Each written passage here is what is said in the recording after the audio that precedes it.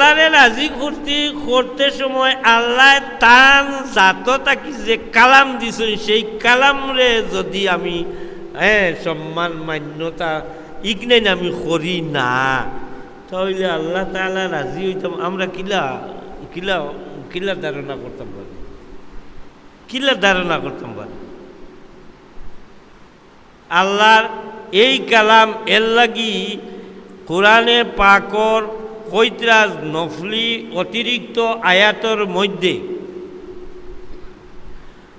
কিছু কোরআন শরীফ মুখস্থ করা প্রত্যেক মানুষের লাগি ফরজ, কিছু কোরআন শরীফ মুখস্থ করা প্রত্যেক মানুষের লাগি ফরজ। কতখান? মা ইয়াজুজু বিসসালাত, হইছে নমাজ আদায় করতে সময় যতখান তোমার হরিতে লাগে অতখান তোমার লাগি ফরজ, করতেও লাগে,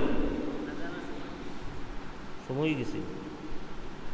আর অতখান যদি আপনি আদায় করেন না তাহলে আপনি মনেও আটকি গেছেন গিয়েন।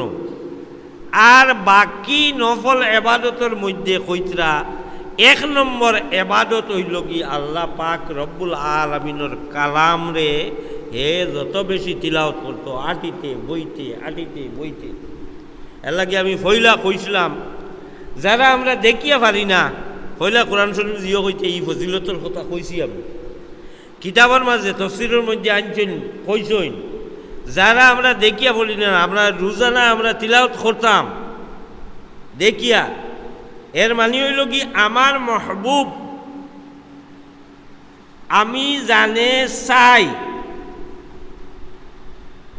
জান খাতিরে যাইন আমারে বেশ দিতা, যাইন আমারে দুজক থেকে বাঁচাইতা।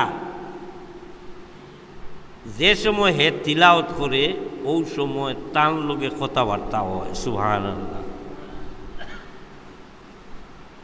আলহামদুলিল্লাহ রাব্বিল আলামিন।